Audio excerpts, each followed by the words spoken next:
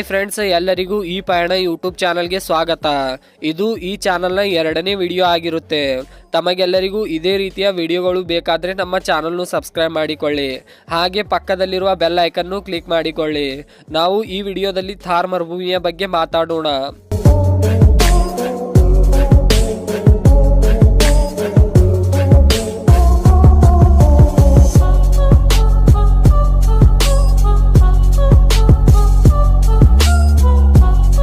ಈ ಮರುಭೂಮಿ ಭಾರತ ಮತ್ತು ಪಾಕಿಸ್ತಾನ ಎರಡೂ ದೇಶಗಳಲ್ಲಿ ಕಂಡುಬರುವ ಒಂದು ಮರುಭೂಮಿಯಾಗಿದೆ. ಥಾರ್ ಮರುಭೂಮಿಯು ಜಗತ್ತಿನಲ್ಲಿ 9ನೇ ಅತಿ ದೊಡ್ಡ ಉಷ್ಣವಲಯದ ಮರುಭೂಮಿಯಾಗಿದೆ. ಇದರ ವಿಸ್ತೀರ್ಣ ಬಂದ್ಬಿಟ್ಟು ಹೆಚ್ಚು ಕಡಿಮೆ 2 ಲಕ್ಷ ಚದುರ ಕಿಲೋಮೀಟರ್ಗಳಾಗಿದೆ. ಥಾರ್ ಮರುಭೂಮಿಯನ್ನು ಗ್ರೇಟ್ ಇಂಡಿಯನ್ ಡೆಸರ್ಟ್ ಎಂದು ಕೂಡ ಕರೆಯುತ್ತಾರೆ. ಈ ಮರುಭೂಮಿಯು ಭಾರತದ ರಾಜಸ್ಥಾನ ರಾಜ್ಯದಲ್ಲಿ ಅತಿ ಹೆಚ್ಚು ವಿಸ್ತೀರ್ಣವನ್ನು ಹೊಂದಿದೆ. ಅದೇ ರೀತಿಯಾಗಿ ಹರಿಯಾಣ, ಪಂಜಾಬ್ ದಕ್ಷಿಣ ಭಾಗದಲ್ಲಿ ಮತ್ತು ಗುಜರಾತ್ನ ಉತ್ತರ ಭಾಗದಲ್ಲಿ ಈ ಮರುಭೂಮಿಯು ವ್ಯಾಪಿಸಿದೆ. ಹಾಗೆ ಈ ಮರುಭೂಮಿಯು ಪಾಕಿಸ್ತಾನದ ಸಿಂಧ್ ಪ್ರಾಂತ್ಯ, ಪಾಕಿಸ್ತಾನದ ಪಂಜಾಬ್ ಪ್ರಾಂತ್ಯದ ಈಶಾನ್ಯ ಭಾಗಗಳಲ್ಲಿ ಕಂಡುಬರುತ್ತದೆ. ಥಾರ್ ಮರುಭೂಮಿಯು ಪೂರ್ವದಲ್ಲಿ ಅರಾವಳಿ ಬೆಟ್ಟಗಳಿಂದ ಸುತ್ತುವರಿದಿದೆ ಮತ್ತು ಮರಳಿನಿಂದ ಕೂಡಿದೆ.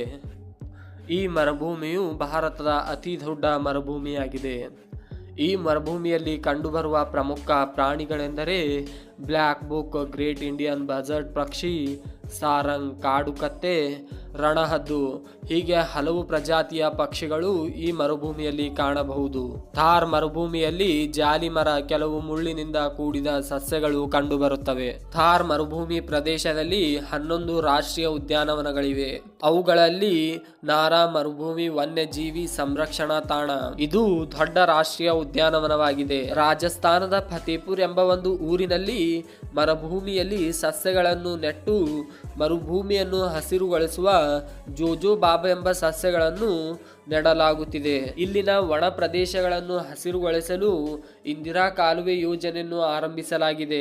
ಈ ಪ್ರದೇಶಗಳಲ್ಲಿ ಯಾವಾಗಲೂ ಹೆಚ್ಚಾಗಿ ಖಾರಿಫ್ ಬೆಳೆಗಳನ್ನು ಬೆಳೆಯಲಾಗುತ್ತದೆ.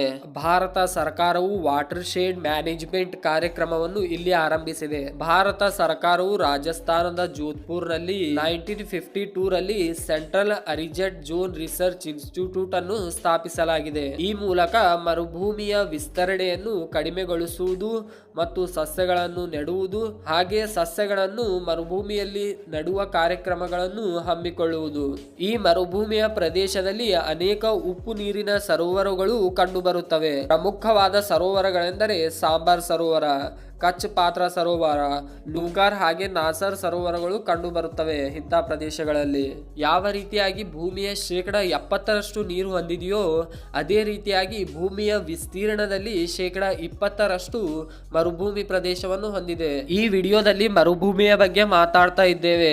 ಈ ವಿಡಿಯೋದಲ್ಲಿ ಮರುಭೂಮಿಯ ಬಗ್ಗೆ ಮಾತಾಡಿದ್ರೆ ಒಂಟೆಯ ಬಗ್ಗೆ ಮಾತಾಡುವುದಿದ್ರೆ ಹೇಗೆ? ಒಂಟೆಗಳಲ್ಲಿ 2 ಪ್ರಭೇದಗಳಿವೆ.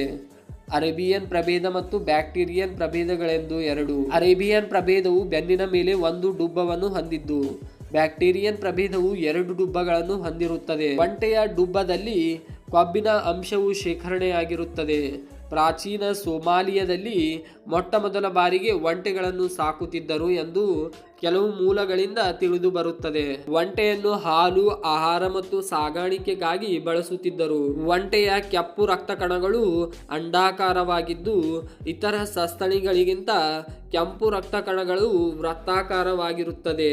ಒಂಟೆಯ ಡುಬ್ಬದಲ್ಲಿ ಕೊಬ್ಬು ಆಮ್ಲಜನಕ ಸಹಾಯದಿಂದ ಕರಗಿ ಅದರಿಂದ ನೀರು ಉತ್ಪತ್ತಿಯಾಗುತ್ತದೆ. ನಮಗೆಲ್ಲರಿಗೂ ಈ ವಿಡಿಯೋ ಇಷ್ಟವಾದರೆ ಈ ವಿಡಿಯೋವನ್ನು ಲೈಕ್ ಮಾಡಿ, ನಮ್ಮ ಚಾನಲ್ನು ಸಬ್ಸ್ಕ್ರೈಬ್ ಮಾಡಿಕೊಳ್ಳಿ. ಹಾಗೆ ಫೇಸ್ಬುಕ್ ನಲ್ಲಿ ಫಾಲೋ ಮಾಡಿ. ಇದೇ ರೀತಿಯ ವಿಡಿಯೋಗಳು ಇಷ್ಟವಾದರೆ ನಮ್ಮ ಚಾನಲ್ನು ಸಬ್ಸ್ಕ್ರೈಬ್ ಮಾಡಿಕೊಳ್ಳಿ. ಇದೇ ರೀತಿಯ ಹೊಸ ವಿಡಿಯೋ ಜೊತೆ ಮತ್ತೊಂದು ವಿಡಿಯೋದಲ್ಲಿ ಸಿಗೋಣ. ಅಲ್ಲಿವರೆಗೂ ಟೇಕ್ ಕೇರ್.